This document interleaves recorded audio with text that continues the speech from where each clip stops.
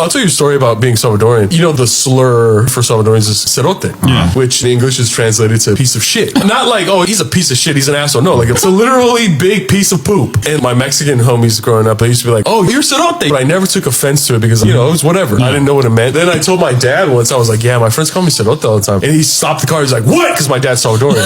Why? And I'm like, I don't know. I just told him I'm half Salvadorian. So they're like, you're half cerote. And they're like, no, don't you ever let anyone tell you that shit. And I was like, what are you talking about? He's like, no, next time someone fucking tells you that shit, sock him right in the fucking mouth. And I'm like, why, dad? And then he told me like the history of it. Salvadorians, when they would cross the border, they would have to swim in the rivers and stuff like that. And they would get shot. Their bodies would keep going with the river. And they were like, oh, it's a cerote. It's like piece of shit. Because people used to also shit in the river. And then obviously there's deeper meaning to it. And I'm like thinking about all the times that my friends called me that. And I'm like, that is fucking crazy. And then one time in college, when I had my own apartment, we had a get together. This guy, you ever have a friend that's your homie, but low key they're a hater? Yeah. He used to call me cerote because he was Mexican. And I